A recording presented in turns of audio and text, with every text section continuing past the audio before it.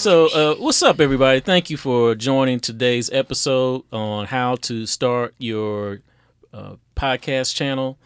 We're here with the founder of Blacken Studios and CEO of Blacken Studios, Richard Buck Taplin. What's up, Richard? What's going on, Quincy? All right. Thank you for having this episode with us today. This is going to provide some valuable content to some people who are really in need of having different opportunities to share their message, share their input and insight to the rest of the world. And we know that podcasting, as well as operating in the YouTube space, is very critical to doing that. But we're going to focus specifically today on podcasting. So let's just jump right into it. Talk to us today. Tell us a little bit about you and Blacken Studios. How long have you been in business? And what drew you to podcasting, and what has been your experience with podcasting thus far? Oh, sweet, man. Well, I want to thank you, and also thank your audience from Setbacks to Success. Thank you guys for taking this time to watch this video. Blacken Studios was founded back in 2014. Three of my cousins, actually, we just wanted to start recording about like sports shows and whatnot. That kind of filled through. And then shout out to my buddy Elijah Bailey from Elijah Bailey Show. We started recording a show about fitness and video games, actually. And that kind of spiraled down to people listening to our show and then want to record a podcast, and then not knowing the ins and out of the equipment, the audio, the sound, the editing, none of that stuff. So that's kind of where we found our spots here at Blacken Studios to start helping people produce their podcasts. And ever since then, we've been rolling strong since 2015. 2016, we moved into actual brick and mortar, where we just did this full time. Pretty much, if you have an idea, if you're wanting to start a podcast but just don't know the steps that it's going to take to get to that level, or where to distribute, or even editing, that's where Blacken Studios come in. We're like your one-stop shop. We pride ourselves on you just come in, bring your content, we'll take care of the rest. So that's kind of what we've been doing since then. Okay, so that's important to know. And again, for everybody watching right now, that as Buck, we call him Buck here, as Buck shared with you, he is initially started at home.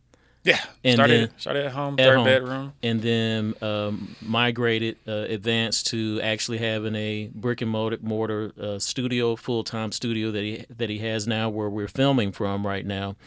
And so, but going back to those early days, and this will be the first of a two series video where we're first starting for guys and women, men and women who are wanting to start their podcast from home initially, and then we're going to really kind of work them up to the steps of what it takes to actually operate a full-time podcasting studio. So take us back to those early days, and how did you get started? What were some of the things that you needed to set your podcast up initially? If you want to go back them days, the microphones I had was a Technica ATR 2100 series. We chose that microphone because it had XLR capabilities and also USB capabilities. XLR is like the thicker cord that you plug in like on guitars and different instruments that can plug directly into like a mixer. But USB, we all know what USBs are. You can easily plug those into your computer and it'll pop up like a microphone, so you can be able to record your conversations in. My first podcast, actually, it's a funny story, was actually just recorded with my phone. I had a round table and I put my phone in the middle of it, and it was five of us going around the table just talking into the microphone. So this leads me to my first thing out of the top 5 things you need to have your own podcast on a reasonable budget. Now, you can spend tens of thousands of dollars to be able to have your own studio and record your own podcast, but it's not really needed, especially while you're starting out, just to make sure this is something that you want to do. The first thing you need is something to record on, whether it's, like I said earlier, your phone. Just simply push the record button. These phones are literally over $100 pieces of equipment. Has a great microphone. Easy talk like this. And if you're talking to yourself, you're a solo podcaster, have that full-blown conversation just like this. That gives you something that's recording not only your audio file, but it's also acting like a microphone and able to pick it up. Now, if you want to take a little bit past using your phone as a recorder, get yourself a mic. Rode, Technica, And there's a bunch of other brands that are under $100 that would give you a great quality sounding microphone. Rode's actually have podcaster mics that are probably like this big, and Quincy's going to throw all these links in the description for you. Absolutely. That can literally sit on a table, connect USB, and pick up great quality. Audio Technica just came out with a new podcaster microphone that is XLR only, but it's $99 on Amazon right now, which is a great price to start at. You can also go into buying a Blue Yeti.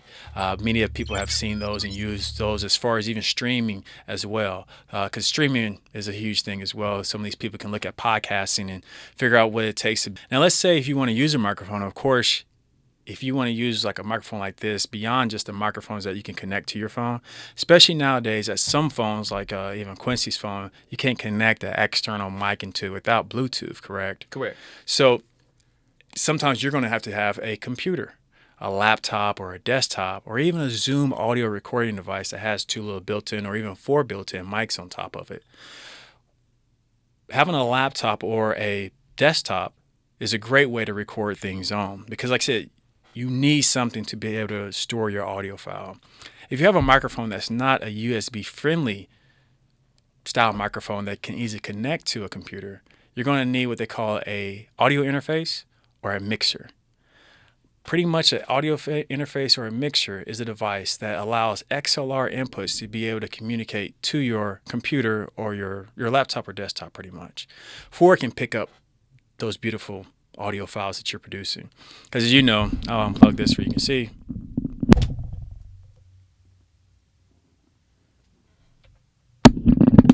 That cannot be plugged into your computer. What you need is a mixer, and there's plenty of mixers that start out under $100 that literally have where you can set up 2 channels. And you'll hear a lot about channels when it comes to audio interfaces or mixers. A channel is pretty much a source spot for a microphone or any type of outside equipment. So something that says it's a 2-channel, that means you can hook up 2 separate microphones to it. Most typical, you rarely ever see a 1-channel one. You always see 2 channels because you always got left and right.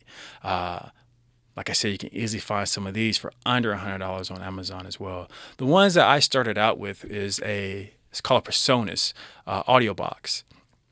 I used to have 2 of them. I still actually do have both of them. I use one here at the studio, one at home on different projects. They're pretty much like a small box, pretty much maybe like this big, super small.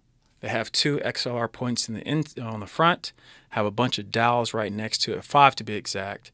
It also has phantom power, which if we're going to diverge just for a quick second, some of these mics need so much power, they need additional power, which is called phantom power. Certain mixers have them, certain audio interfaces have them as well, but it's to be able to give the mic more power so it can pick up our voices. I think currently I only use one mic. It's an MXL 990 that requires phantom power. Most of our voiceover actors use that particular mic.